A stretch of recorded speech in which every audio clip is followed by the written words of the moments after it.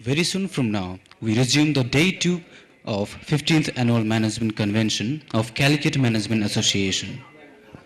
Contributing to nation building by igniting the passion to excel. Former Cabinet Secretary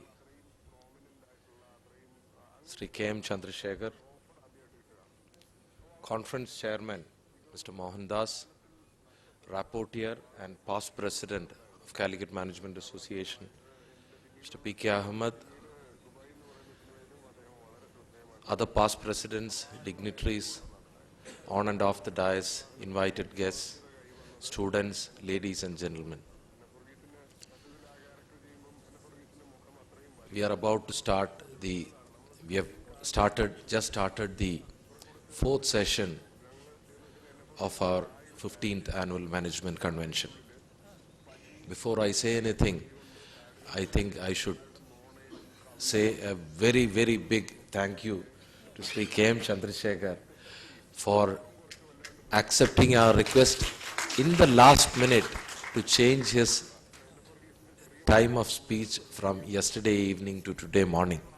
Because 3 days back, I received a panic call from Dr. Tharoor's office saying that there is some problem for him to attend the program today morning. So if it can be preponed to the previous day, only then he'll be able to make it. It was a panic situation for all of us in the managing committee. In fact, with all the panic, I called Mr. K.M. Chandrasekhar and he readily agreed to do his speech today morning.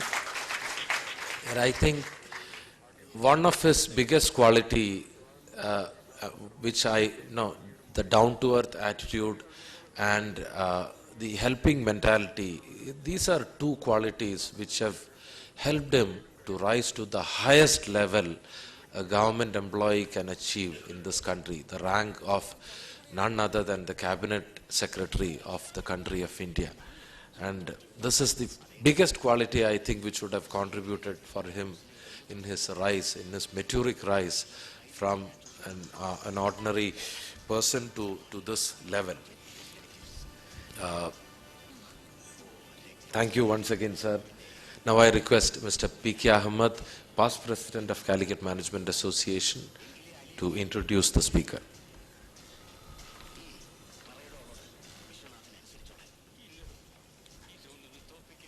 Good morning to everybody. Mr. Roshan, CMA President, and Mr. Mohandas, Chairman of this convention, and respected Chandrasekhar, and my dear friends, ladies and gentlemen. As past President, Management Association, I am extremely happy to be present here to participate in 15th Annual Convention. This is a two-day function, and we are in the fourth section of the second day. At the inauguration and earlier sections, we were all treated to present and informative speeches by distinguished speakers, Vice Chancellor Mr. Abdul Salam, and Sri Chris Gopalakrishnan, and Sri Shyam Srinivasan, and Mr. Shashi Tharoor, who are the leaders in their respective space. Today, theme contributing to nation building by igniting the passion to excel, to the bright concept of Mr. Roshan Kainadi, President of the Calicut Management Association. CM has become more vibrant after dynamic Roshan Kainadi assumed the presidentship. Today's subject, My Life, My Message, will give opportunity to all participants to understand the different paths chosen by speakers who have contributed to inspire the society. The President of the Secretary and other office bearers of Calicut Management Association have bestowed on me the privilege of introducing our distinguished chief guest for this section, to K.M. Chandrasekhar, Vice Chairman, Kerala State Planning Board. I thank the organizers for this honor, for it is a great honor to introduce a man of the caliber and status of Sri K.M. Chandrasekhar. I first met Chandrasekhar in the early 90s when he was the industry secretary. After that, I met He was in tax secretary several times and approached, but he's a very, very, very proactive person in this. Even in secretary, industry secretary, tax secretary, wherever he goes, wherever we are facing problem, he has solution. That's his quality. Already Mr. Roshan kindly mentioned his quality. I don't want to repeat again. He joined the Indian Administrative Service in 1970. After graduating from one of the top educational institutions, St. Stephen College, New Delhi. He has an MA from Delhi University and MA in Management Studies from the University of Leeds. So Chandrasekhar spent the first 25 years of his career in Kerala, holding position as a district collector Idukki, director of fisheries, principal secretary industries, and principal secretary finance. During this period, he was also chairman of Spices Board under the Ministry of Commerce, Government of India. Some significant career achievements during this period include the establishment of Mabeli stores, setting up Onam fairs and Eid markets and Christmas bazaar. Establishment Malshefed, setting up a marine enforcement unit, organizing the establishment of the Spices Board by merging the Estival Cardamom Board with the Spices Export Promotion Council. In 1996, he left Kerala to central government deputation and rose to the highest position that any Indian civil servant can occupy, that of Union Cabinet Secretary. During his 15 years tenure with the Government of India, from 1996 to 2011, he was Joint Secretary in the Key Trade Policy Division of the Ministry of Commerce, Deputy Chief of Mission in the Embassy of India, Brussels, and the Ambassador and Permanent Representatives of India in the World Trade Organization in Geneva. As Ambassador to the WTO in Geneva, he is credited jointly with Brazil with the formation of the G20 group of nations consisting of large and small development countries, including China, South Africa, Egypt, Thailand, Argentina, Chile, Malaysia, and others. Returning to New Delhi, 2004, he became the Union Revenue Secretary.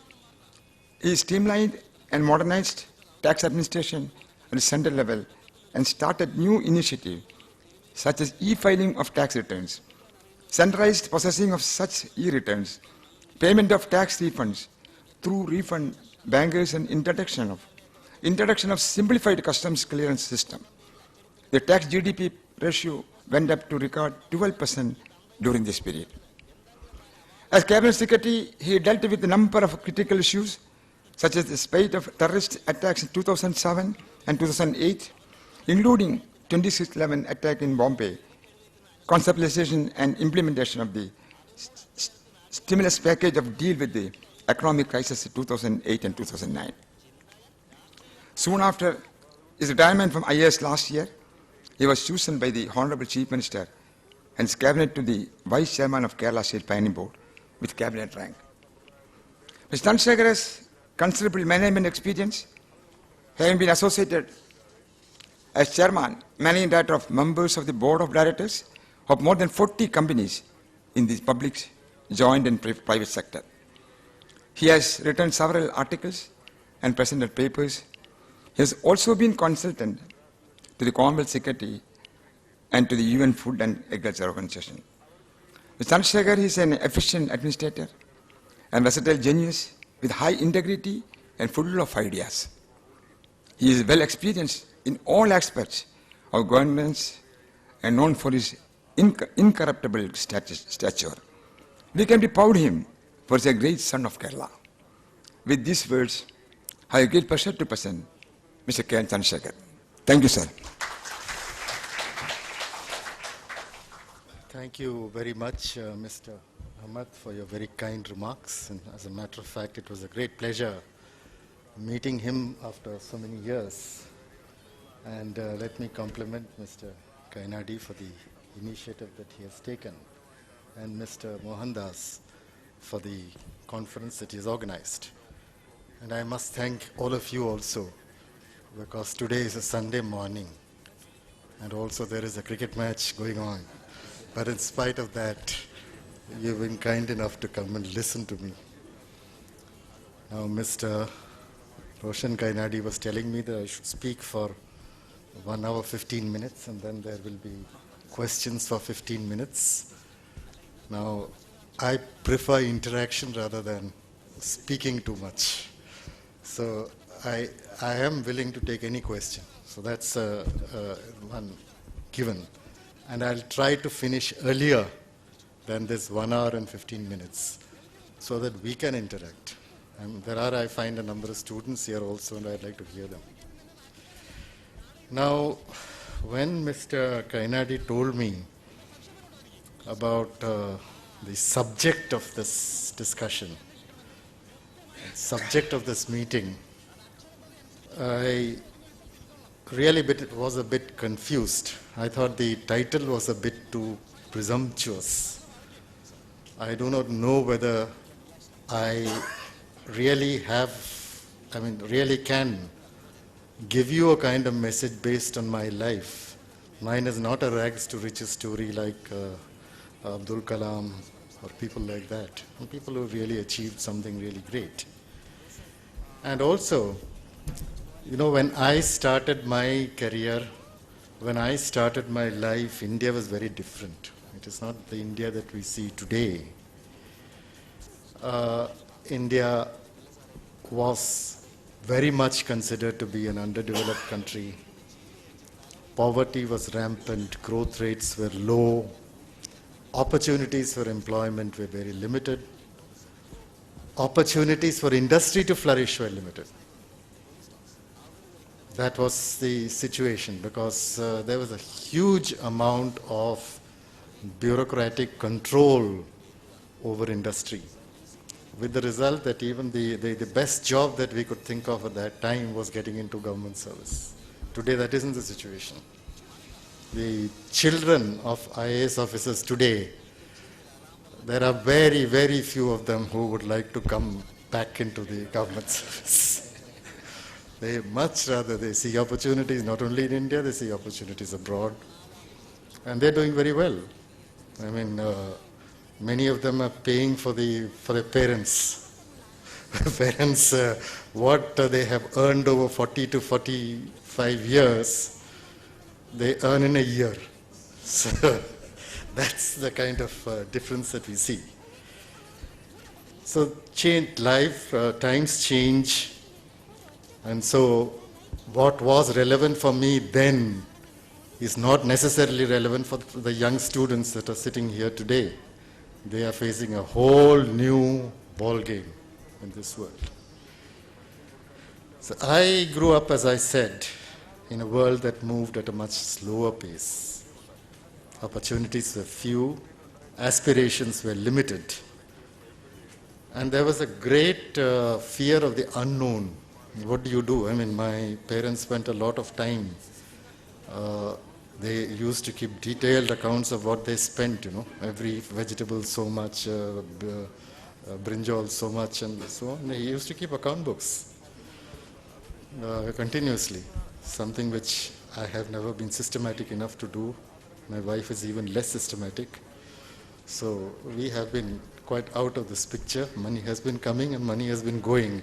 We are not in the red. That's a great thing. Ambitions were limited. And the country had very little global or national interface. The colonial hangover was still there. The Babu, the government servant, was still considered to be a very major entity. Today that situation is changing, and government jobs were considered to be the ultimate that you can achieve.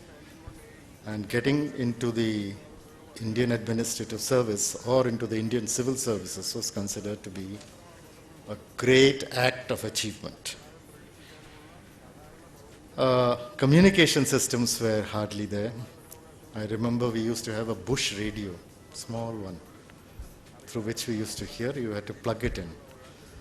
Then there was this great transistor revolution of the 70s or 60s, when we used to go around carrying these transistors and feeling very important at that stage. And there were obviously no news channels. Newspapers were there. And one thing I still miss is the quality of the newspapers, because there were some excellent journalists at that time, people who wrote really well. I mean, one of the things my father used to tell me was that you read the editorial of the Hindu to improve your English. And the other thing was to read the Bible. The Bible was also quintessence of good English. So this is how we grew up. And reading became a kind of a fascination. You really, unlike you youngsters sitting here, we could not turn on the idiot box. There was no idiot box at that time. The only way we could amuse ourselves was by reading. And we read an enormous amount. I think the maximum amount of reading you do by the age of 17. After that, tapers off. And my father was a railway officer. We used to travel a lot all over the country in railway saloons, slowly, live in railway retiring rooms, eat the food, and it was pretty good food at that time, railway food. The trains used to be powered by steam engines. There was a WG steam engine with a bullet-like front. It was a very impressive one. I mean, the diesel engine is no match for that. The kind of power it exuded when it came into the station. The steam that it let out and the noise that it made gave a real sense of power. But then when you go uphill, it will suddenly stop. And then they have to pile coal onto the coal tender, then light the fire again, then again it catches power. Maybe that is a philosophy of life also. When the stress becomes too much, stop for some time, recover yourself, turn your mind away from the source of stress, collect yourself, regain your stability, and then move on. So that's probably a lesson which we all need to learn, which I'm trying to learn now at the age of, I'm going to be 64 this month. So at this time I'm trying to see how I can manage my own stress, which I have accumulated over the years, and particularly during the last 4 years as the Union Cabinet Secretary in very difficult times. So I used to, the main thing I remember about childhood is that I used to play a lot of cricket. We used to stay in a place called Lajpat Nagar. Now it is high-end in Delhi. At that time, nobody would go there. It was the back of beyond. And my father had a small house there on rent.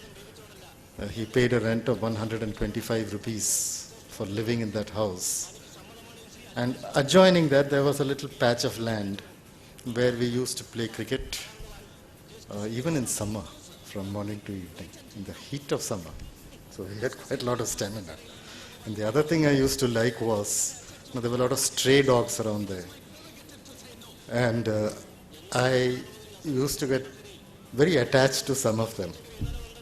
And then their puppies, I used to bring them to the house and feed them also.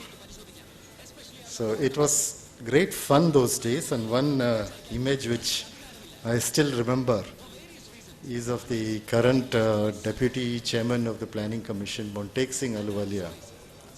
He also used to stay in the same colony, but he was a serious chap. He never joined in the cricket and all, but I used to see him cycle down from school. We studied in the same school, and then later we studied in the same college. He was senior to me. And he used to cycle down with a book. Everybody said he's outstanding, he's brilliant, he's going to go far. He has gone far. And Montek used to stay there. And when I reminded him recently, then he was quite amused about this old connection. At that time, Delhi was not like today. It was then felt that the Rajasthan desert is advancing into Delhi. And we used to have these sandstorms called Andhi regularly. And that was considered to be the advance of the desert into Delhi. Now, that situation has completely changed today. And Delhi has become a green city. And this is thanks largely to the work done by Mrs. Indira Gandhi at that time.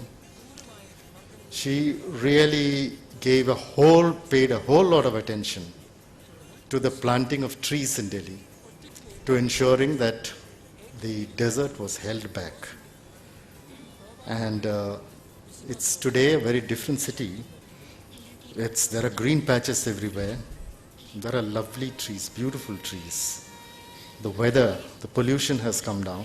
It's a pollution-free city. I mean, in addition to this, a lot of other things were done, like introducing CNG buses instead of the old smoky buses. Lots of other things were done. So the pollution levels have come down.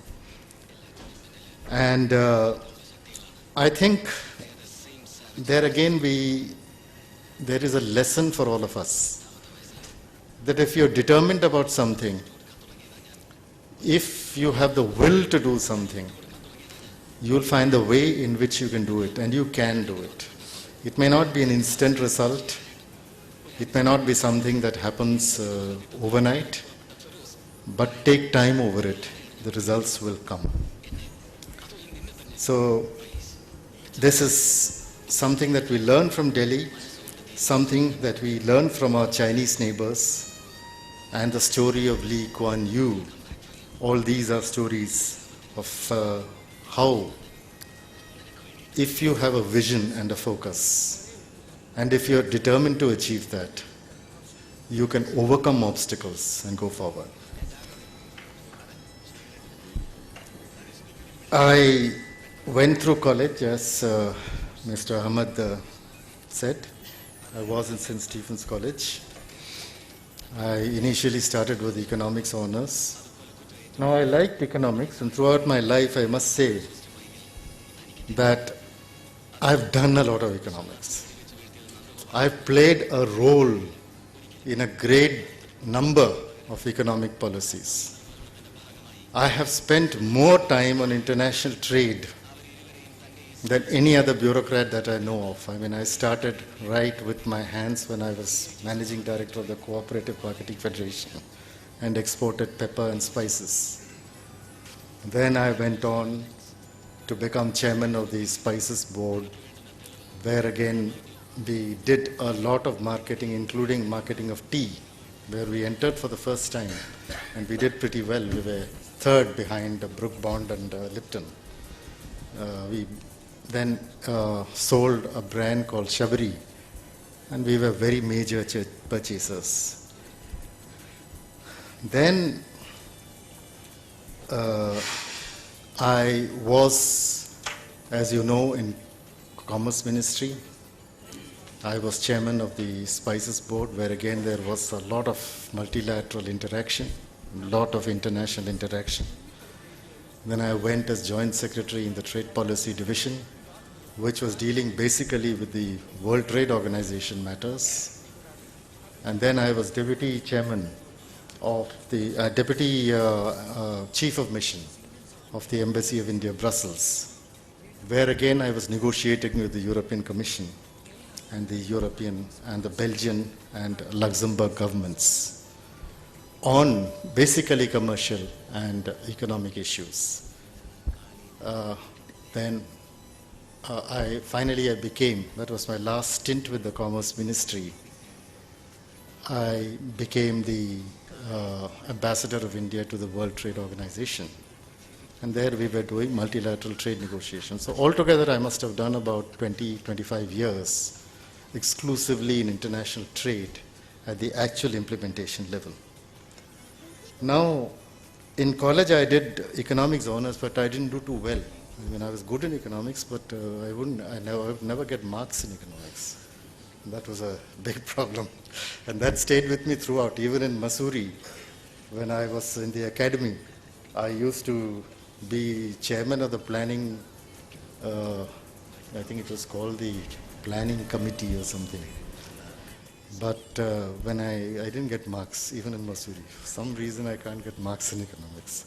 But I get involved in economics. So I switched over from economics to history. And then I got very fascinated with ancient Indian history, a fascination that continues even today. And lately, of course, I've got far more into philosophy and religion and spiritualism. Basically, my learning of Sanskrit in the school days and later during when I was doing history, I think that has helped me to understand more of what religion and what spiritualism is about. But somehow in the last year of my college, something strange and unusual happened. You see, at that time, you can appear for the IPS examination when you're 20, but you can appear for the IFS, for the IAS and IFS and other central services only when you're 21. Now, my father said, why don't you take a try at the IPS? If you get it, good, let's go. So I appeared for the examination. I appeared for the examination not very seriously because I thought anyway I'm going to take another. I may or may not get it. This is a pilot project. So I appeared and somehow it turned out that I was fourth in the list including the IAS officers. So effectively second in the list. Then the question arose, should I take this service or should I not take this service? But then something got into me saying, I've got too high a rank, now I'll go for something for the IAS or for the IFS. So I didn't take it. I didn't take the IPS in that year. And meanwhile, I was also doing my MA history examination. And again, in the MA history at that time in Delhi University, you have very few first classes. And I had switched over from economics to history. But it turned out that I got a first division. I stood third in the university, and the person who had stood first in the BA honors segment that stage. And then I appeared for the IAS examination, for the civil services examination. And by that time my stock was a little bit higher. Then once I appeared, again I got the fourth rank for the IAS. And so this was how I happened to come also to Kerala, because at that time those who get, if there are a certain number of vacancies, so there were 4 vacancies in Kerala. Out of that, 2 would go to insiders according to rank or on the basis of their scheduled caste, scheduled tribe status. So 2, one came to me by virtue of being the highest ranked person from the state of Kerala, and the other went to a colleague of mine who belonged to the scheduled caste. That was the second seat, and the other 2 were outsiders. So 4 of us came to Kerala, and then out of the 4, only 1 of us really knew Kerala, because the other 3 had not worked in Kerala, had never studied in Kerala. Only Sukumaran, my batchmate, who later became chairman of the Marine Products Export Development Authority and lost his life there. He was the only one who knew Kerala. So he was the one who was trying to coach us and tell us which restaurant to go to, where to go to, how to live in Kerala. And then the conditions were very different. It's not like today. I find the sub-collector, assistant collector under training in Kozhikode was really, she's taken care of much better than I used to be at that time. But I did come here to Calicut to do my training. I did 1 year of training in Calicut, during which period I had 3 collectors. I had M. Joseph, who was the first collector. Then I had K.L.N. Rao, and then finally M.G.K. Murthy. So 3 collectors in 1 year I had. But I learnt a lot from all of them. In fact, my life, particularly the early periods of life, I think it's an advantage of coming in earlier into service. I'm sure the director of IIM also is able to mold his students. He's able to get more out of his students because of the youth of the students and the feeling that they do not have any, fixity of beliefs, that rigidity is not there. So initially you tend to see your bosses as somebody who can really teach you things. And there were some really great officers in Kerala at that time, people from whom I learned a lot, not only from the IAS. There were some excellent deputy collectors, revenue divisional officers. The village officer with whom I trained in the village of Elattur. Now it has become part of the corporation. Now, he was an adhikari of old times, the British had a very good system of adhikaris. That is, it is traditional, it is hereditary. The son becomes the village officer after the father. Now, in that process, one great advantage that they built up was the information system. You see, when one family continues generation after generation, nothing can move in that village without that person knowing. And that is something which currently we have been facing for some time, because that quality of human intelligence is no longer there, particularly in our battle against terrorism.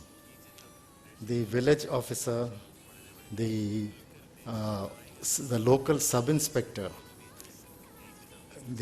to a certain extent the local postmaster, all these were sources of information which fed into the intelligence system and enabled the British government to handle many issues.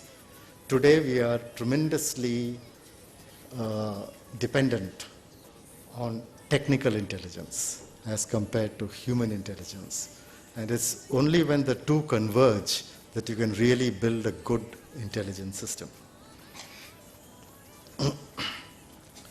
Now, the first posting that I had was as sub-collector Devikulam, where I lived for about 2.5 months. Then thereafter I got married then, while I was in Devikulam.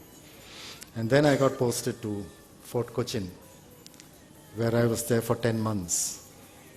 Then from there I went to the Small Farmers Development Agency in Kollam, where I stayed for 52 days.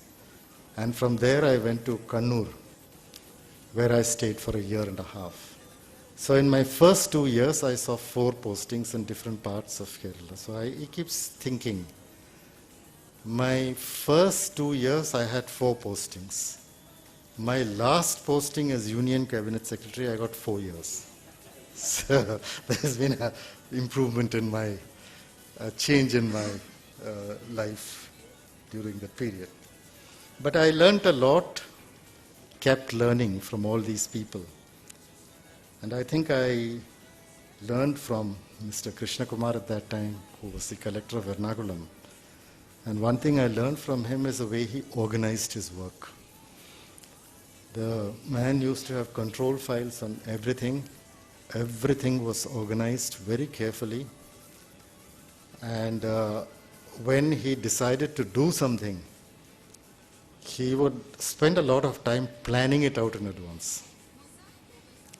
He would have control points, control rooms, various zones. The whole district would be distributed. and then the action would start, so that each individual knew what is to be done. This is something which I carried with me for the rest of my life. I mean, wherever I go, before I do something, I try to plan as much as possible. Of course, it's not always possible to plan because there are many uncertainties in life. There are many things you don't know when you do something. But still you need to take action. In a governmental system, in an administrative system, a delayed action is sometimes far worse than something that just doesn't turn out right. It's better to keep taking decisions. But wherever you can, if you can plan, if you can think it out, then you get a better quality of decision. I learned a lot from the collector in Kozhikode, K.L. Rao. I think one great thing I learned from him was the absolute importance of maintaining integrity. Being absolutely straightforward, never compromise on your integrity, because if you compromise on your integrity, you don't have any role. Why should there be an IAS officer or an officer at a higher level if there are no values that he carries with him? So that value of integrity is something which I think I imbibed very much from Shri K.L. Rao. And from Dr. Babu Paul, the way he managed the Idiki project, his great skill of negotiation, his great skill of remaining calm and never losing his temper and exercising his sense of humor. These were attributes which I learned from him and from many others. Well, I really, about my career, I would only like to touch upon a few highlights. And rather than the early part of my career, I would like to focus on the later part, because that is where I was dealing at the highest level in the nation, with the Prime Minister and with the Union Cabinet and so on. So that would, I thought, be more interesting to you than going through the early period, which everybody does anyway. Well, but starting with my tenure here in Kozhikode as Cooperative Marketing Federation Managing Director. Now this particular post was here. The federation was located in Kozhikode when I took over. I was the first IAS officer to take over. And I had only 23 other staff. The person before me was an assistant registrar of cooperative societies. The organization had a turnover of about 4 crore of rupees. It had an accumulated loss of 1.7 crore. Now, how to struggle through this, how to build it up, that was a challenge. And when you're first plunging into a new life, into a new career, into a new job, then you like to impress. You want to do things. After all, that's what you are there for. So initially I got some money from NCDC, the National Cooperative Development Corporation. We did some business in copra, we did some business in pepper. The managing director of, at that time, of the National Cooperative Development Corporation was M.S. Gill, Mohinder Singh Gill, who was later the Chief Election Commissioner. And then again we had a lot to do with each other in the last part of my career when he was Sports Minister. And we were trying desperately to see that the Commonwealth Games take place. So this, it's strange, you know, some people keep coming back into your life again and again. So some people like that,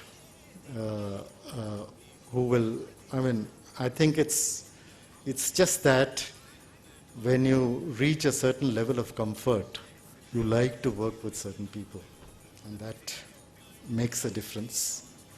And if you know a few people, if you know these people earlier, then your communication with them becomes a lot easier.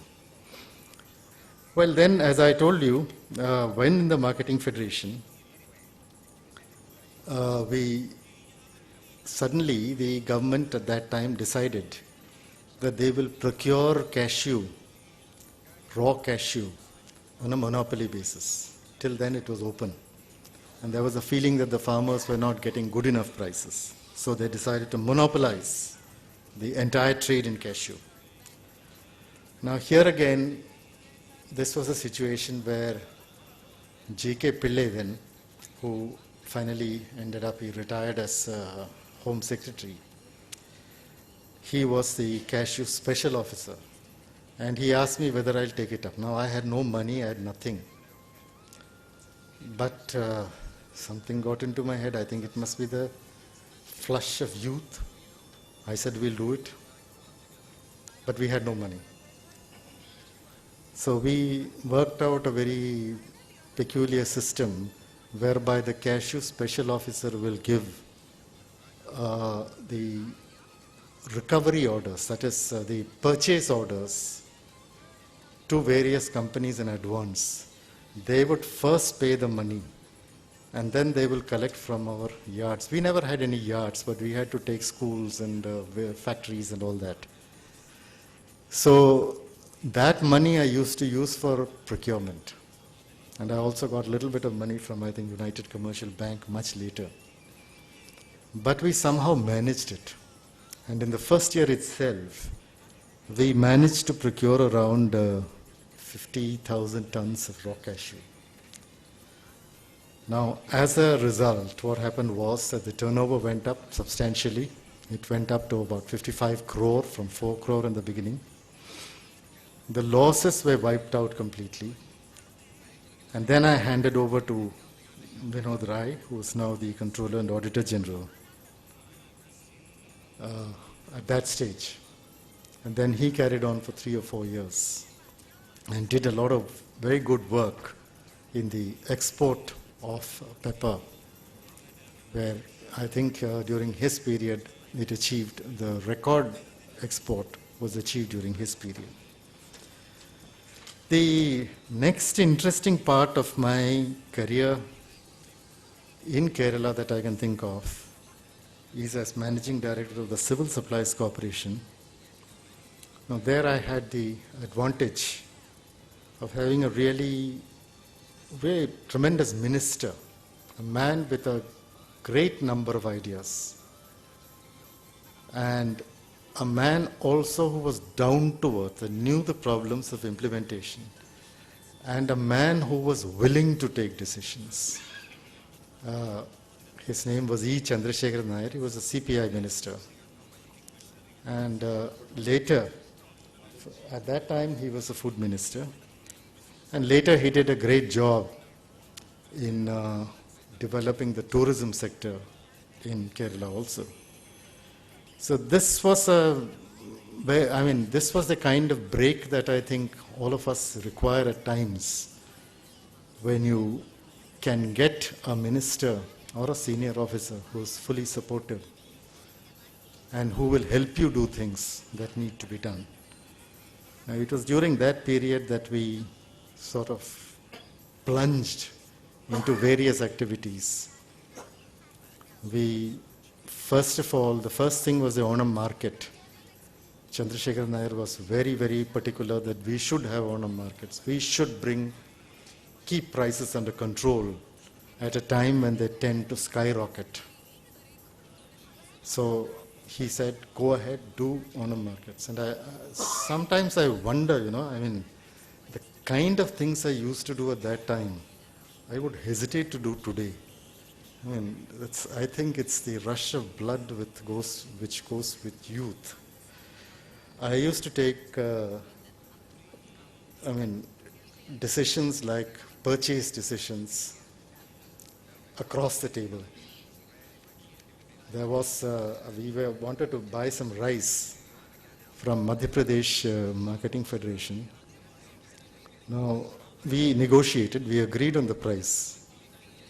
And then one day the managing director turns up here, he says, my board is not agreeing, what do I do?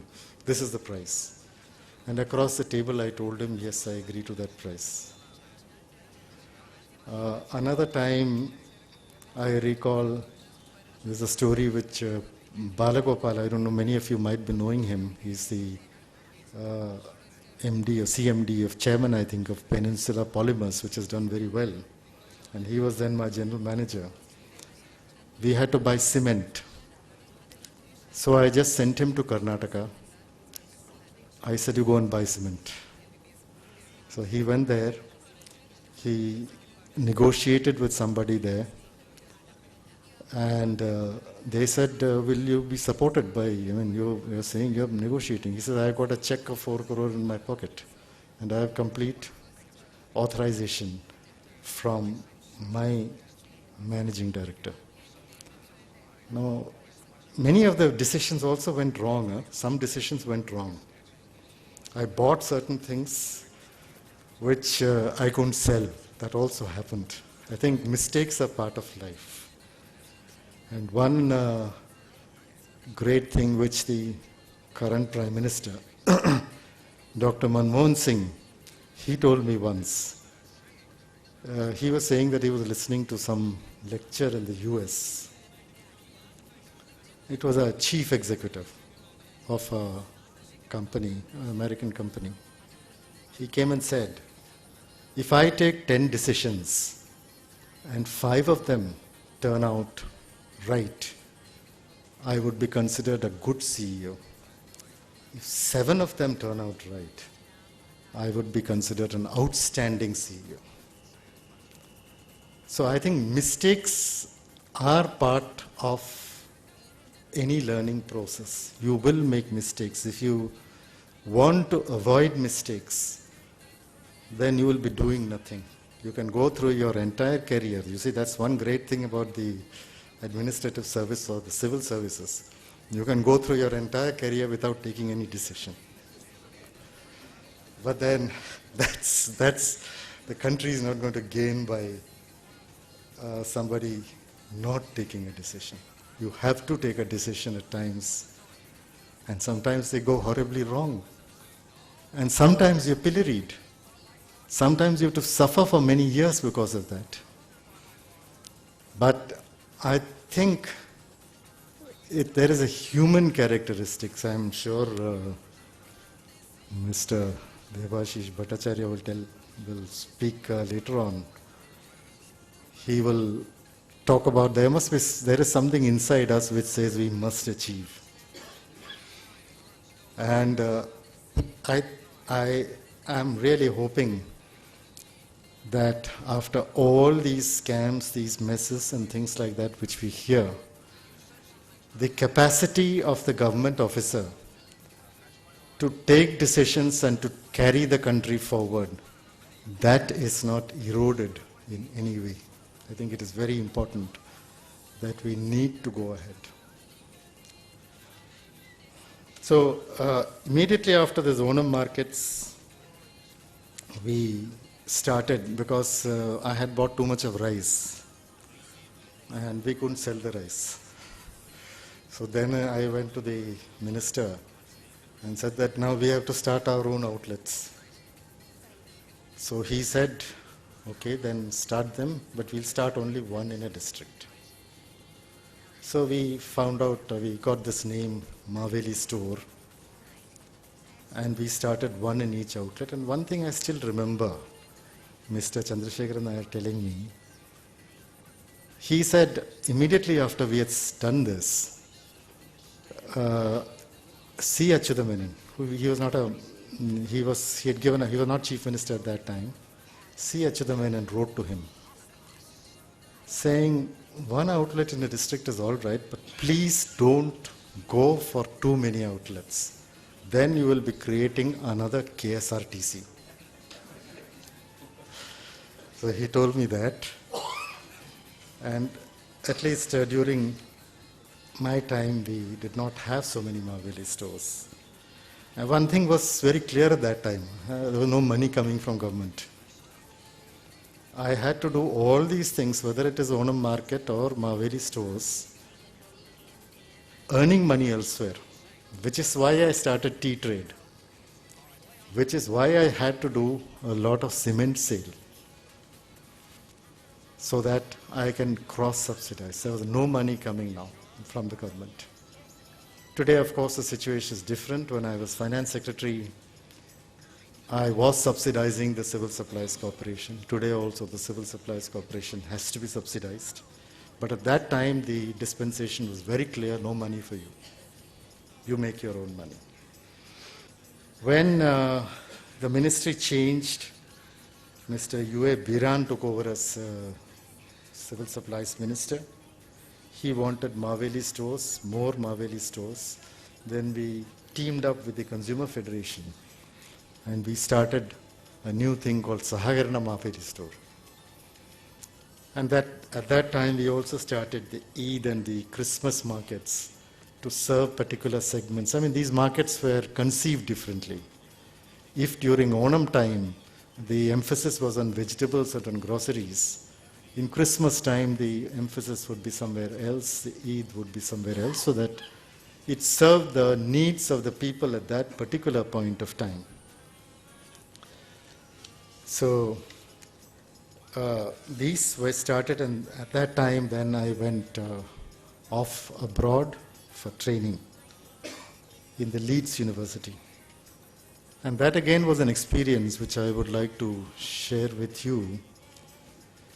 I mean, because at that time, 81, 82, India was virtually non-existent in the Western eye. I stayed there for 6 to 7 years. For one, we were treated like any other developing country, any other underdeveloped country, like students from a very impoverished country coming to England on their Colombo plan, meager fellowship, somehow surviving and going back. And during the 6 months, I don't remember seeing any reference to India in any of the newspapers. There were no references. We had the Asian Games at that time in Delhi during that period, those 6 months. And the interesting thing was that the only story about the Asian Games that I read in the newspaper, in a British newspaper, was that an elephant which had gone from Kerala had been treated badly in Delhi. That is the only thing about the Asian Games that I saw while I was in the Leeds University in England. And this, I must say, I'm very proud. This situation has completely changed. When I stayed abroad from 1999 to 2004, there was hardly a day that went by without mention of India. There were articles about India, there were expectations, and India was taken seriously. Even at that time, today it's much even stronger. I mean, India is one of the great forces in the world today. And during those 5 to 6 years, almost every day, I think I would say almost every day, I used to read the Financial Times and Herald Tribune regularly, and every day there would be something about India. Unfortunately, I'm not able to get Financial Times and Herald Tribune in Trivandrum. I believe nobody else reads it. So I've been trying, not getting it. But I think that's something again which we need to correct. We need to have a much stronger global interface, particularly a state like Kerala, where so many people are abroad. And there is such a strong global interface, but we tend to be inward looking and a little closeted as a society. My thesis then was tea industry in Kerala. And after I wrote the thesis, sent it there, I got an MA in Management Studies with a distinction, which is again given very rarely by the Leeds University. Then after the training, I went as Director of Fisheries And at that time, I was again the first IAS officer to go as director of fisheries. I have this unfortunate habit of plunging into everything, without looking for anything. I believe in this flow of life concept. That life flows on and it takes you where it has to. And you just give your best. So, a number of my colleagues were very sorry for me in going as director of fisheries. Nobody was there, pretty weak department. How do you really manage such a department? So I went there and I got very interested in fish. Probably because I'm a Piscean. I have an affinity for fish and the marine sector and the inland fisheries sector.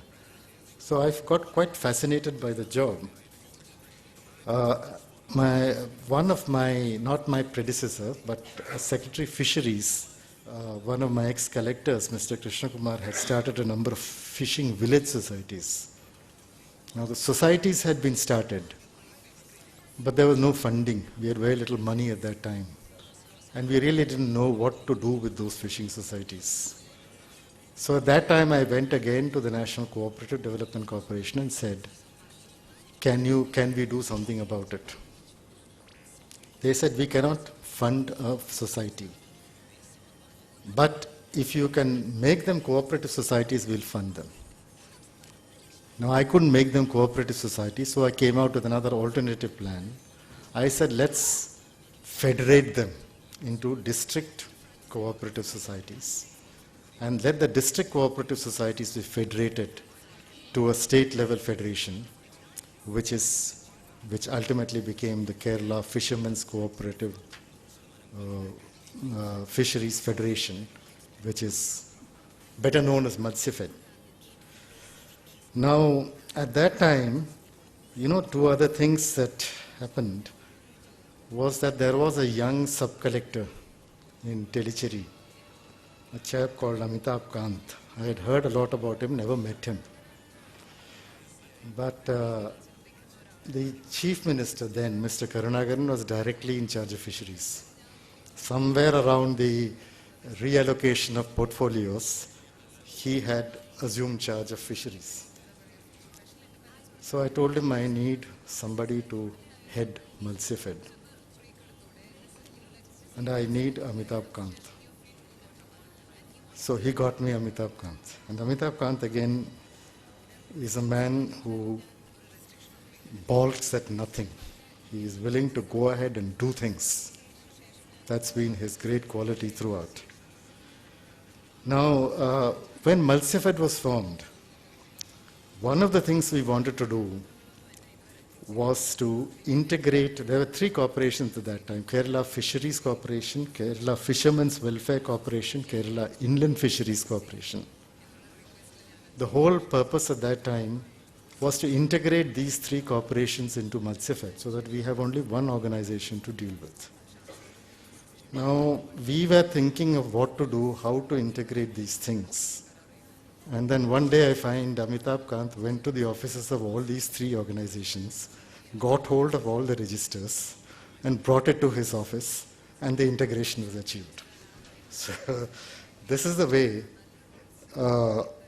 the three corporations got merged into Matsifed. And I believe as collector of Kozhikode also, he is still remembered. As a matter of fact, one of the stories in the Kerala Kadal is that if Vasco da Gama had visited Calicut pre-Amitabh, he would have recognized it. Post-Amitabh, he wouldn't have recognized it. So that's the different kind of body of exporters. Now the whole idea was to merge them and to have one spices spoon. Now that had a lot of implications in terms of merger of staff, in terms of keeping the exporters comfortable, and ensuring that we all work together as a team. And I think it was really wonderful the way in which we were able to merge the two organizations. And I also feel that the exporters who were initially very reluctant, the spice exporters, about this change, later realized that by forming this board, they had gained in strength.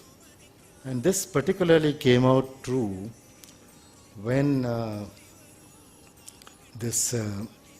the Americans put Indian marine products under automatic detention, which meant that every consignment had to be examined in a US port before admission into the country. Now this was a really big problem. We had to deal with it at our end. The main problem was that the extent of the excreta of rats allowed in pepper was something like 2 parts in a million or something. This was exceeded. And because Indian pepper was treated very badly, it was kept out in the open for drying. It was then processed in very unclean surroundings. So we had to do a lot of homework here, and we did a lot of homework. We even got the various agricultural universities to produce equipment which can be used to remove this kind of excreta and other extraneous matter. But one thing we did was there was an officer who came from the Food and Drug Administration of the USA. He came here as a guest of the Marine Products Export Development Authority. My colleague for the last several years, TK Nair, was then the chairman of the MPEDA. So we took him around, showed him all these premises, talked to him, and 3 months later, the automatic detention was removed. We also took a delegation out consisting of Government of India officers to deal with the Americans. So I think the exporters developed a great deal of faith in the manner of our working, in the manner in which we can solve their problems. And this helped a great deal. This was also my first exposure to multilateral negotiation, because India was a member of the International Pepper Community, which at that time consisted only of India, Brazil, Indonesia, and Malaysia. Only 4 countries. Today, of course, Vietnam is the biggest producer, I'm told. Vietnam came much later, when one of our directors of the Central Plantation Crops Research Institute, VAWAPA, he was taken on some kind of a contract to Vietnam. He developed the fast breeding technique, fast multiplication technique for pepper, and suddenly Vietnam took off on a very big scale. This was also the time when we decided for the first time to put India very strongly on the international calendar for spice-related programs. Until then, there used to be one big meeting that was done by the American Spice Trade Organization, Spice Trade Association, ASTA. They used to hold a meeting once a year. We thought that we as a producing country should also enter this picture. So we did the first spice fair at Bolgati. This was, I think, in 2000, no, this was in 1988 or 89. 89, I think it was done. Obviously, very few people came, and we had to pay people importers to come from abroad to participate in our function.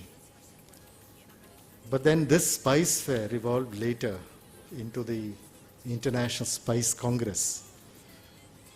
And today, it is held every 2 years, and the importers pay to attend, and a large number of them attend. This has become a very important and significant part of the international spice calendar. So I think that what we started at that time has really blossomed and done a lot.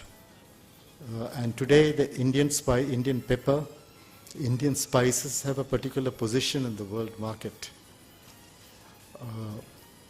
which to a great extent the Spices Board has contributed. Thereafter, the next important assignment I think I held here was as Industry Secretary. That is when I met Mr. T.K. Ahmed for the first time. At that time, this was in 1991, and I had a raw, inexperienced minister in Mr. Calicut. First posting, first ministerial thing. So but we hit it off quite well, and he wanted a great number of things done. A few things wherever, I have always maintained this practice of speaking out clearly and not mincing words where something goes right or where something goes wrong. So many times one had to do that because he was also in the learning process at that time. But the greatness of the man is that he took all those things in the right spirit. And the first, I would say, industrial policy of that time was enunciated in 1991. Now, that again was very interesting. We wanted to do a very learned tone, with things like what an academic institution would do. Very learned tone we wanted to produce. A lot of analysis and things like that. But first of all, we had to decide what to do. So we worked out a list of issues which had to be done. And we produced a tome also. But then when we looked at it, we found it was very boring. So we decided not to do that. We decided that our policy will only consist of a set of points, 1, 2, 3, 4, 5, 6. So the first 1991 policy, which if you see, was the first document, I think, anywhere in the country where without going into justification, without going into analysis, without going into a great deal of academics, we just brought out the elements of what we needed to do. And this was appreciated later on. Tamil Nadu started it, and now this has become the standard in most parts of the country. Now, after industries, I went to finance. And finance, at that time, just before I joined, we were running into real difficulties in the sense that we had no money. When you run out of money, you're allowed to take ways and means advances from the Reserve Bank up to a certain limit. And once you exhaust those ways and means limit also, you're allowed to take overdraft, again up to a certain limit. And then when the overdraft is also exhausted, then the Reserve Bank orders closure of the treasury. And 6 times during the previous year, the treasury had been closed. So that is the kind of situation in which one took over. I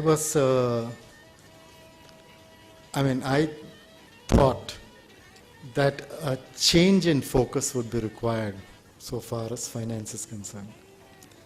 Instead of focusing only on expenditure control, which is a standard way of dealing with financial problems, we moved over to resources control.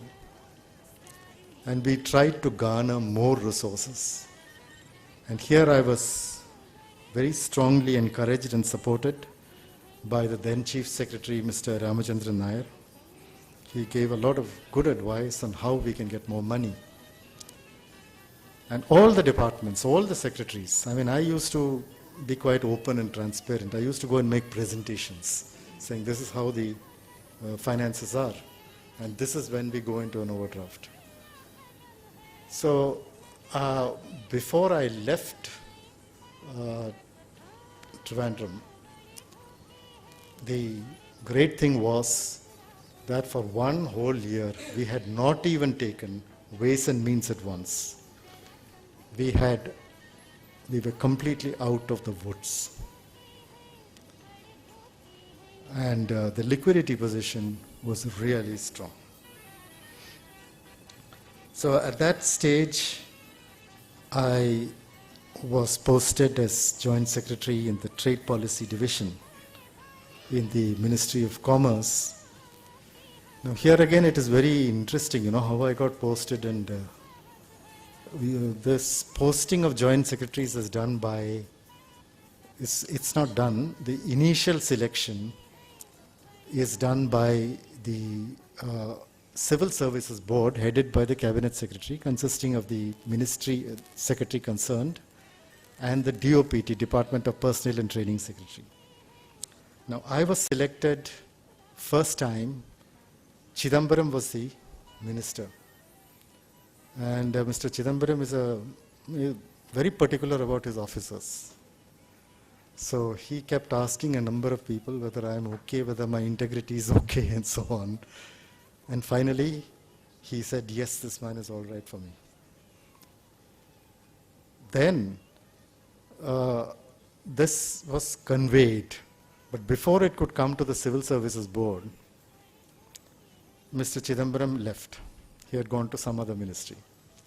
Then we had another minister from Bihar. I immediately cannot recall his name. He stayed for a month and a half, and till 2 days before he demitted office, he had not cleared my file. Finally, he cleared my file. Because each time a minister changes, the file has to go up again. So that's the process. He cleared the file, and then he demitted office. And then we had Mr. Bolla Bulli Ramaiah of Andhra Pradesh, Telugu Desam, who became the minister. Now, he kept the file for about a month or a month and a half. Then finally, he cleared it also. So it took me about 4 or 5 months for the decision to materialize. At that time, the Secretary Commerce was Mr. Tejinder Khanna, who is presently the Lieutenant Governor of Delhi. Again, the way, as I told you, the way lives keep intertwining. When he was very closely involved again in the organization of the Commonwealth Games. So we again had a close interaction with each other much later.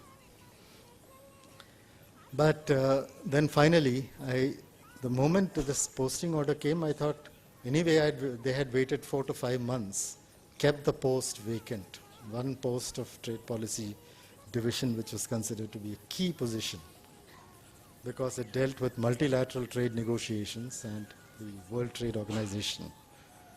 They kept it vacant for, I think, almost a year, till I got posted. I thought, anyway, since they'd waited for so long, they'll wait for some more. I get a call from Mr. Tejinder Khanna saying, can you come day after tomorrow? There is a seminar going on trade and investment, and trade and competition policy. We are having a number of guests from abroad, ministers, ministers from developing countries. Will you come? So he said, you can come and then you can go back and come back if you want. But then I decided that it's not worth it. If I go, I will join. So in precisely 2 days, I handed over, went to Delhi, and took charge there. Now, as Joint Secretary, we had a kind of redoubtable ambassador to the World Trade Organization, from an officer from the Andhra Pradesh cadre called S. Narayanan. And he's still the last word in trade negotiations and in multilateral trade law. He now does work on a freelance basis with the Administrative Staff College of India and also for the Center for WTO Studies. So we worked very closely with each other throughout the year, almost 2.5 years that I was joint secretary. And it was during this period that almost immediately after I joined, within 3 months of my joining, the Singapore Ministerial Conference was held. And you see, till then, the trade policy decision was a very closed kind of affair. It was so closed that nobody from outside could come in. And I really thought that that's not the way to work. Because the people who are going to pay for whatever decisions we take are the industry. Business will pay for it, industry will pay for it. Whatever decisions are taken in the World Trade Organization. So I opened it up. I got Tarun Das in. He was then the chief of the Confederation of Indian Industry, and fortunately now he has also joined us as a member of the State Planning Board. Then Amit Mitra, who is currently the Finance Minister of West Bengal, he was then the Secretary General of FICCI. They got closely involved with us, and I used to take my officers out to different parts of the country and make presentations on what WTO really means, because they should understand what WTO means. WTO will have an implication on trade, it will have an implication on business, and they should understand and they should cooperate. Unlike the Americans and the Europeans, where the WTO negotiations are industry-driven or business-driven, the Indian negotiation was actually ambassador-driven. The decision was to be taken by the ambassador. Even the capital did not have much of a role to play. So that situation, by involving a large number of people, we were able to change. Another point I thought was that officers were coming and going. People like me, IAS officers who would come to the trade policy division, go away. People from the trade service coming and going away. People from the customs service coming and going away. Now, we never built a critical mass of knowledge on which we could bank upon. So that was a major gap, and that is how we decided on a center for WTO studies, which was set up initially in the Indian Institute of Foreign Trade, and then later on it has virtually now become an independent body. Another big gap I found was that we didn't have lawyers. Multilateral trade law, first of all you have that entire set of Uruguay round agreements, which are complicated per se. In addition, through the dispute settlement mechanism, a great deal of jurisprudence has been built up. And we needed lawyers. There was not a single lawyer in the country who had expertise in multilateral trade law. And hence I thought, if not now, at least in the future, we must have lawyers who know multilateral trade law. So then Mohan Gopal was the director of the National Law School of India University in Bangalore. We decided to set up a chair there, which is exclusively for multilateral trade law. So now we find a lot of youngsters, young lawyers, who have developed an interest in this area and who are able to contribute to the negotiation. Now, the effect of all this was felt later. When I went as ambassador to the WTO a few years later, I found that the quality of the material that we were getting from Delhi had greatly improved. The legal content had improved, the economic content had improved, and the trade and industry was actually, people were coming to Geneva from India. CII associations were coming, FICCI associations were coming, and we were talking to them. So all of them were getting more and more involved, and the quality of our negotiation was also correspondingly improving. Then I went as the Deputy Chief of Mission of the Embassy of India, Brussels.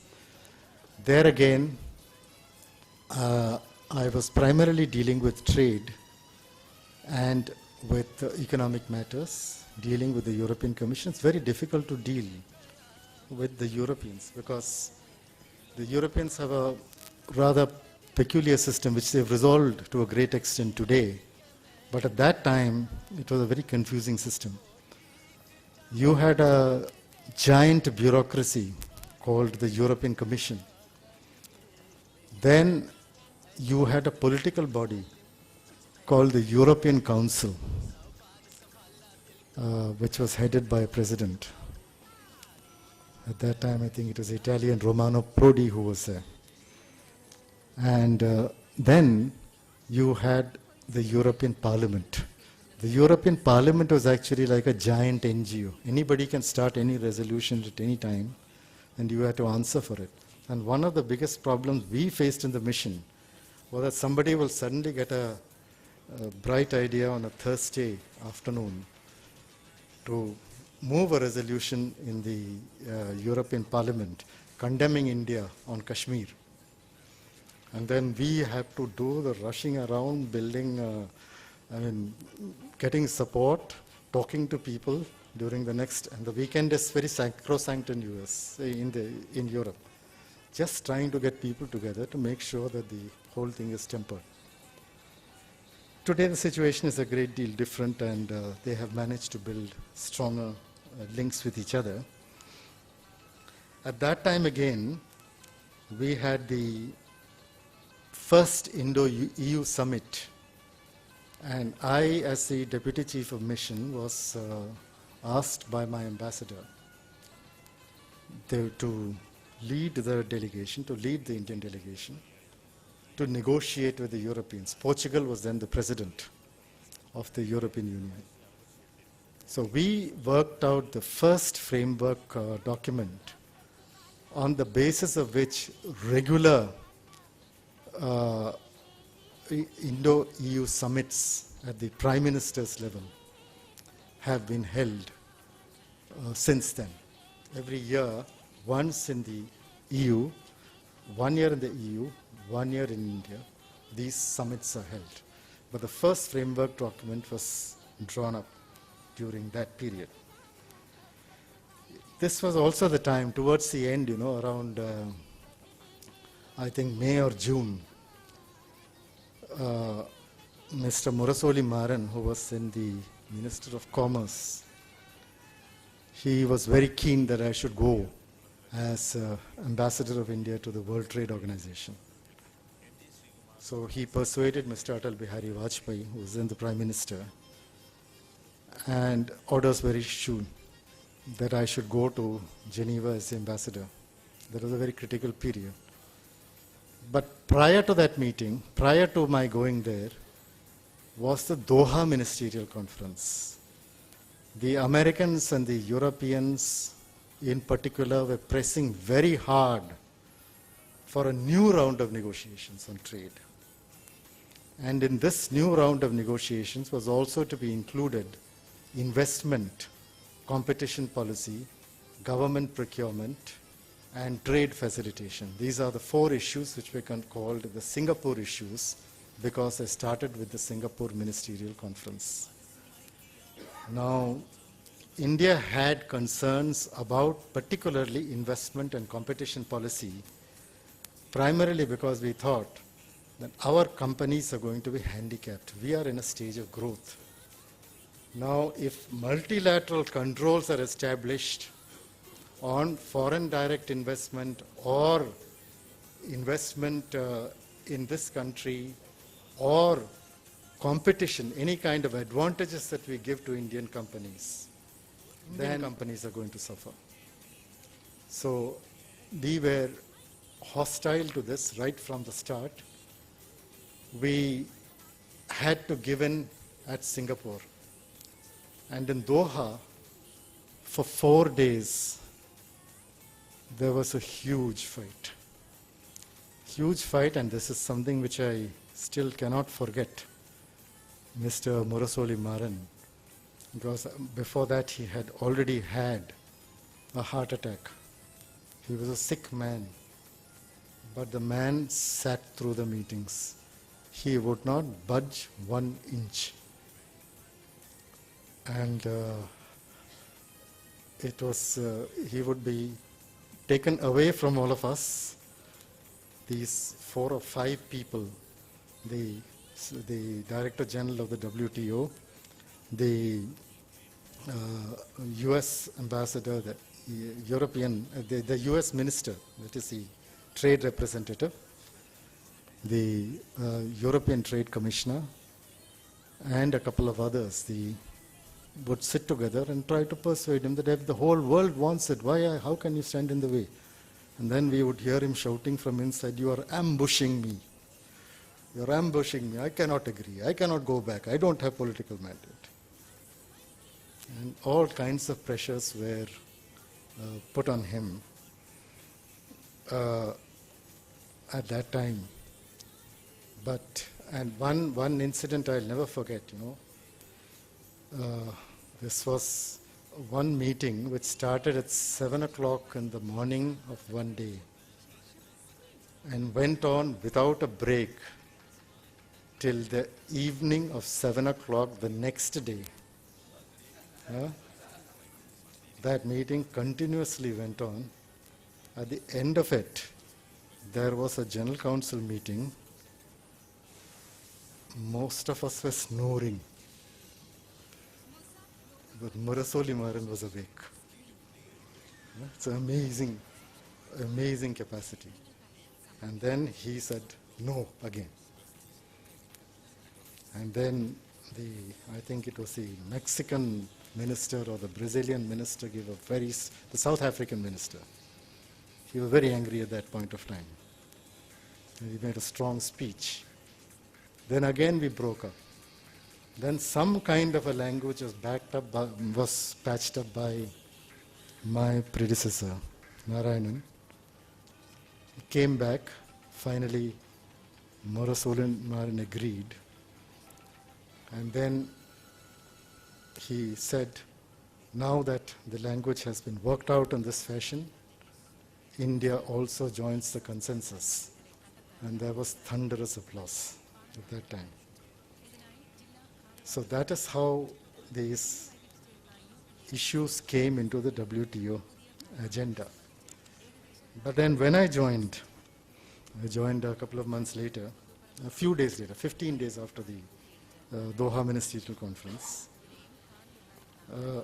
India was being treated like pariah dogs. And people who really, against the whole world, they kept on fighting and would not allow a negotiation to conclude. They were extremely unpopular at that point of time. So I went around, I met about 40, 50 ambassadors. I went to their offices, basically introducing myself and making friends with them. And one thing was that because a new face had come there, they were less hostile and they really wanted to take us on board. And then everybody was afraid of Murasoli Maran. That was another strong point for me. Now, immediately thereafter, one of my deputy secretaries went to a negotiating room where the non-agricultural market access negotiations were taking place and immediately started a fight. So the fight was not of any great consequence. The Europeans wanted the non-agricultural market access negotiations to be finished by April. The deputy secretary concerned, who was then the first secretary in the mission, she said no, it should end only in June. As a matter of fact, it hasn't ended even today. But we made a big issue of it. This was in the year 2004. And then since she had taken a position, I had to back it up, my own officer. So this again became a huge thing. We got abused, and the Europeans really thought this is the time when we've got the Indians on a limp, let us teach the new ambassador a lesson so that he behaves. So this went on for some time, and then the Malaysian came and said, are you willing to agree to me? It's between June and April. I said, okay, I'll agree to me. Now, this compromise formula was suggested by the Malaysian ambassador, Subramaniam. And the Europeans thought they still had to teach me a lesson, so they said, no, we don't agree. It must be April. So then suddenly, I found myself a member of the majority, and the Europeans were a minority. All the others were agreed with me. So this is how the negotiations take place. Ultimately, again, a language was developed, but our stand was vindicated. It would be May. Some kind of a language was developed, and the Europeans came to me. There was a gentleman called Hervé Jean, a Frenchman, who was a very close friend of mine, both during my joint secretary days and my days in Brussels. He came and said, this is the best we can do. If you don't agree, then we are blocked. I agree. And so we got out of that issue. And then when later on in the evening there was a dinner, and the European ambassador was also there, so I said, welcome back to the WTO, to him. And I mentioned the same thing to my colleague, US ambassador Lynette Daly also. And she burst out laughing, because it is, even between the US and the EU, they are the biggest rivals around. Now, India had to actually rebuild its negotiating strength in the WTO during this period. We had a kind of a grouping called the like-minded group, which contained very small, weak countries. In Geneva, they were very aggressive and very forceful.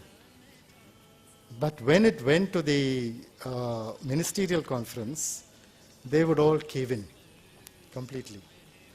So it wasn't much use to us, because at the crucial stage, they wouldn't be around. Now, the Doha negotiations started based on the Doha Declaration. And I, as the Indian ambassador, was a lone crusader against trade and investment and trade and competition policy. I kept on fighting. I read a large number of books. I got a lot of material from a number of places and gave very learned speeches. Somebody should collect it one day and publish it. It's quite interesting. I don't know whether we would be that keen about it today, because today we are also investing heavily abroad. So, but that time, it was a matter of, for Murasoli Maran in particular, it was a matter of extreme importance that we fight it throughout this period. Even though we had conceded to a considerable extent in the Doha Declaration. Now, the one big thing that happened at the same time that I joined was that China was admitted to the World Trade Organization. And the general expectation was that with China's entry, India would get weakened. Now, that is where the biggest mistake of all took place, because we were able to build up an excellent equation with the Chinese mission. In trade matters, there was no problem, and the Chinese ambassador was kind enough at that time, Zhenyu Sun. He was kind enough. He said, you are the people who have the experience. We will back you up. So China coming in with India gave us an enormous strength, much more than what we had earlier. So the negotiation started, and as I said, on investment and competition policy, we fought alone. In agriculture, that was one of the key areas, where there were a lot of discussion, because the Americans and the Europeans gave heavy subsidies, both for production and for export. And many countries, like the Latin American countries, they had great export interests. Now, we had defensive interests because we are talking in terms of small farmers, marginal farmers. So our interests, the Europeans also had defensive interests. So initially, we joined with the Europeans and was part of a pretty large group as against the Americans and the Latin Americans who wanted the market opened up to a much greater extent.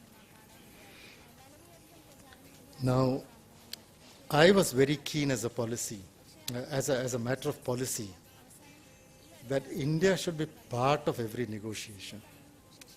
During the earlier Uruguay Round Agreement, which resulted in the formation of the World Trade Organization, India kept fighting till the end and finally had to be carried kicking and screaming to the table to sign the agreement. So we couldn't really put our point across in issues like TRIPS, trade-related intellectual property rights. So I didn't want that kind of situation. I wanted India to be at the heart of the negotiation at all stages. So, as I told you, agriculture became the great point of contention. We were with the Europeans in the first stage, the Americans and the Latin Americans on the other side. And then suddenly the Americans and the Europeans got together and concluded an agreement that left the rest of the world out. They came out with a text which served each other's interests, but forgot about India, forgot about the Latin American countries. This was the situation when India and Brazil in particular, the Brazilian ambassador Felipe was another very dear, close friend of mine. We decided that we need to build up a stronger coalition of larger developing countries and other developing countries. So we sat together and formulated a counter text. Now I generally do not speak much to the media, except when our interests, the country's interests are involved. But immediately after the European American text came, I went out and said this is not acceptable to India. Without any kind of, straight away, without even checking back with the capital. At that time, Arun Jaitley was the minister, and I had not met him till then, but then he was generally supportive of the kind of positions we were taking. So Brazil and India worked out a text. Then I went to the Chinese mission, spoke to the Chinese ambassador. There was somebody from the capital also there. And we sat together. Okay. So, right. So we sat together and we finalized the agreement. And immediately after that, the Chinese came in, the South Africans came in, Thailand came in, Egypt came in. All the larger developing countries came into the agreement, and the G20 got formed.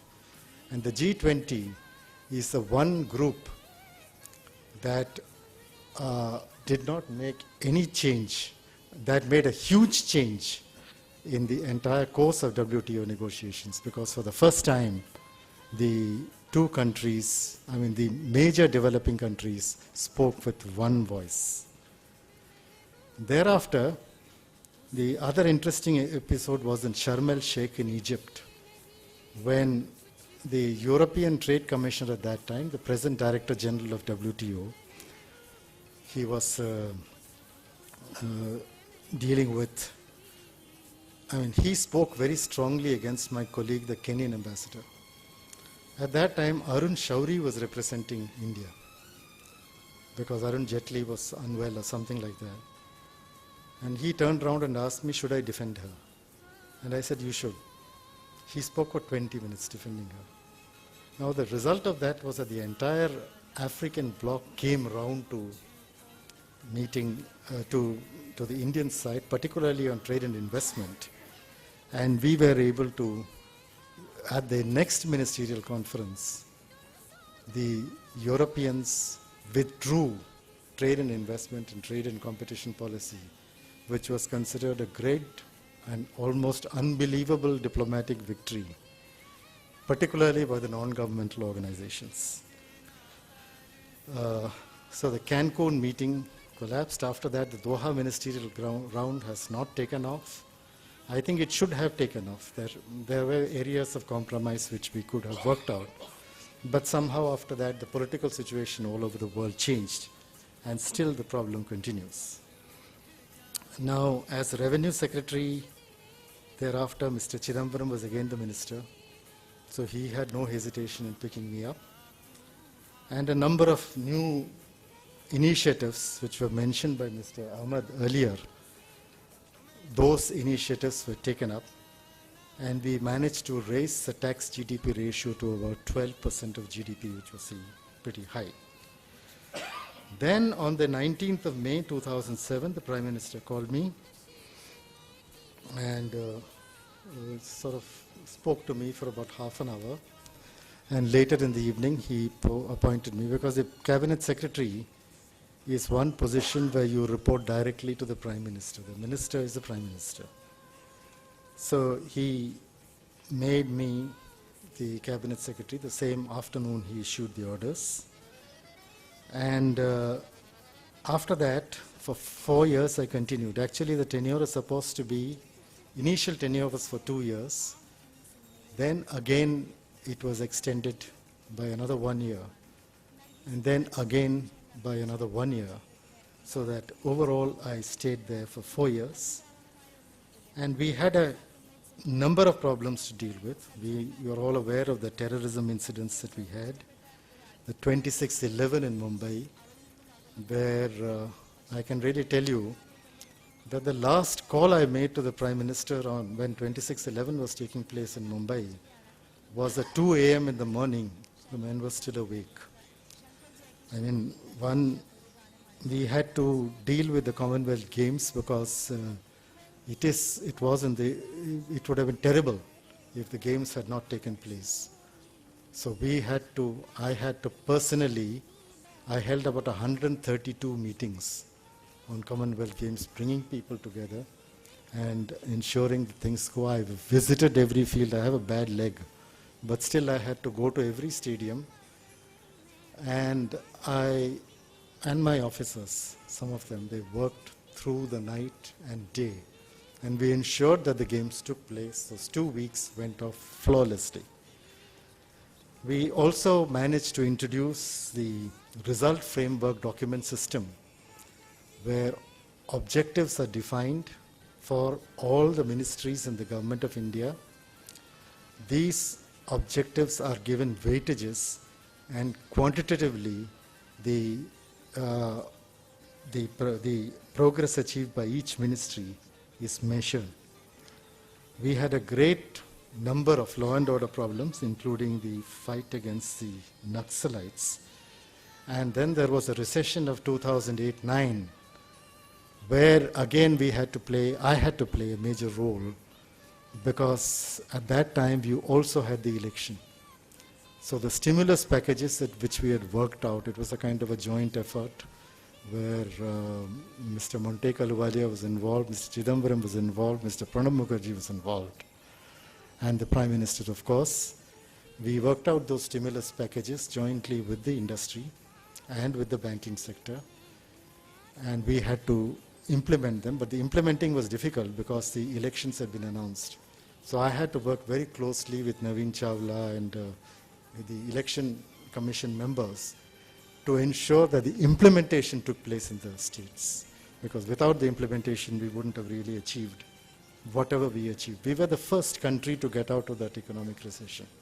The first green shoots came out in India, primarily because of the kind of package that we gave, which looked at specific areas of weakness of the country. I must say at this stage that it was really a great experience working with the Prime Minister and the Cabinet. It contains some outstanding people. the Prime Minister himself, as you're all aware, I've told him also this a couple of times, that when the history of India is written 100 years from now, the role of Dr. Manmohan Singh will really be seen as the point, as the tipping point so far as India is concerned, because it is he who changed the mindset of the nation. And we had some outstanding ministers, Mr. Pranab Mukherjee, with his prodigious memory, the kind of memory he has, I have not come across anybody. Whether you talk about constitutional history or whether you talk about, he was a minister from the year 1973 onwards. He was the most experienced man. And he remembers every bit of what he did when and how the government reacted. Mr. Chidambaram with his very sharp analytical skills. Mr. Antony, who was, his great quality is that when everybody else is saying one thing, he is the one man who has the courage to say something different. And in many cases, his advice is also accepted. So some great people I met, and I think that's about my life. If you want me to say what I've learned out of life, I can take a minute or two. I'll only say that I've never felt the weight of my office on my shoulders. I'm the same person as I was when I was a probationer. I have the capacity to work very fast, and that's my I think, USP. I can work very, very fast. And I can work by myself. I don't need anybody. I can dictate even the cabinet briefing notes. I used to dictate across the table to my typist, who was very fast himself. I can quickly discern what is doable and what is not doable. I rarely lose my temper, but when I do, of course, I lose it very badly. There is no trace. I mean, I'm not in competition with anybody. I'm myself. I don't need to compete with anyone. I have my strengths, I have my limitations, I work within that. So I'm completely non-competitive so far as I'm concerned. And I have no desire for publicity. And above all, I try to maintain complete integrity. I am deeply spiritual, and I'm getting more and more spiritual as I grow older. And I'm open to learning new things even today. Thank you very much.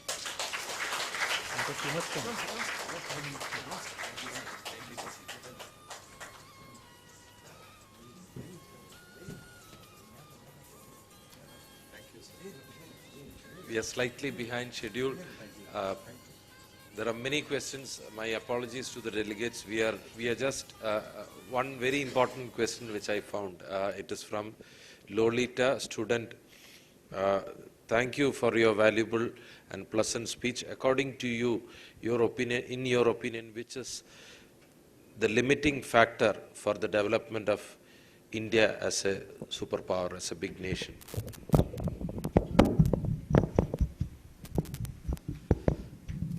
I think there is not a single limiting power as such. You cannot say that there is a single limiting power. But you see, we have a weakness which is also a strength. The weakness is the fact that in a system of governance like this, in a system of governance like we have, a parliamentary democracy, we have to carry people along. This naturally takes a lot of time. There is resistance at various places, and we have to overcome those resistances. But then, it is also a strength, because when we get into this practice of resolving differences through consensus, then we build a more stable basis for our nation. And this is something that lasts. If you look at the history of India, I mean, if you read Ramachandra Guha's book, for example, you'll find that the British initially said India as a nation is a washout. India can never survive as a nation, but we survived as a nation.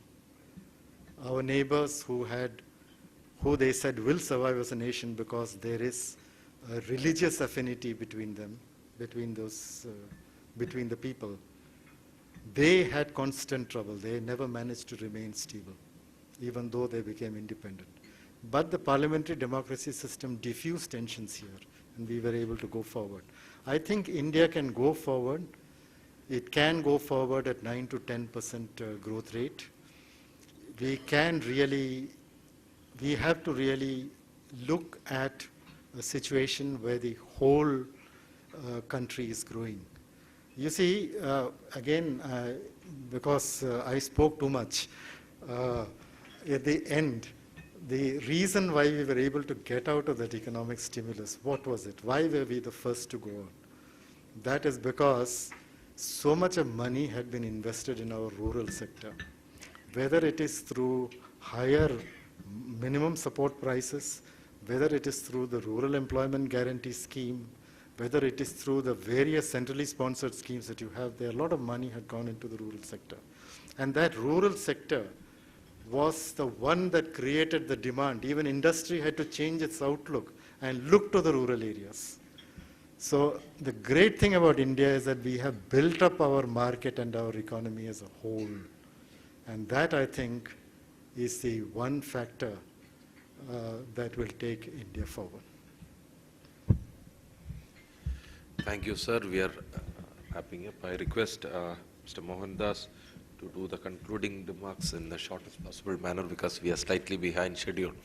Let me also say that after the session, we'll be breaking for just 2 minutes. Immediately, we'll restart. We have made arrangements for the coffee, tea to be served inside.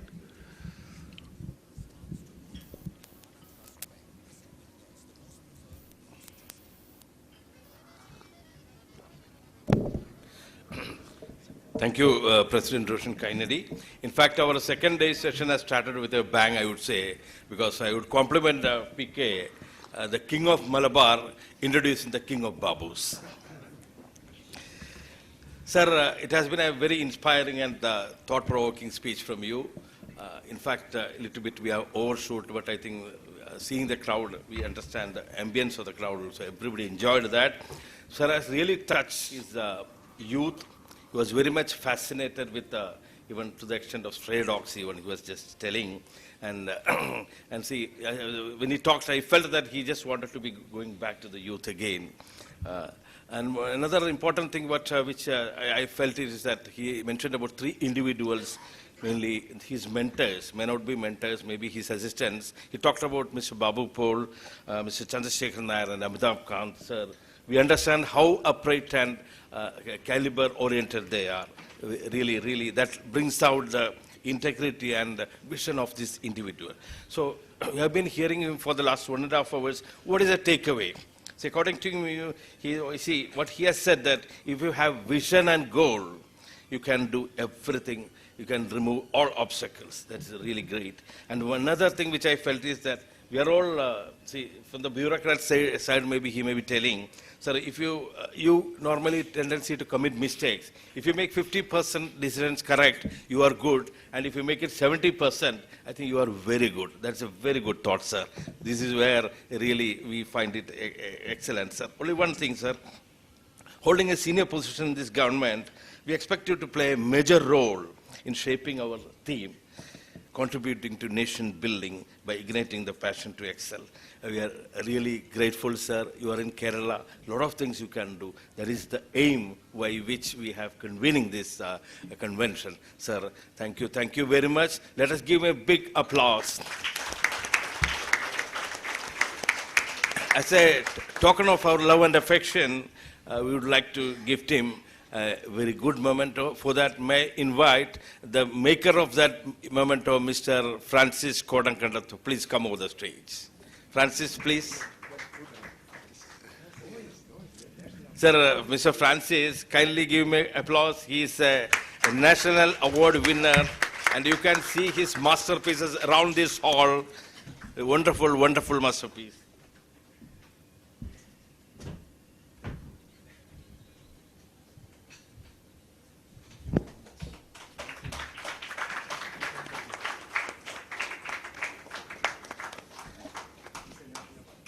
Thank you, Mr. Francis.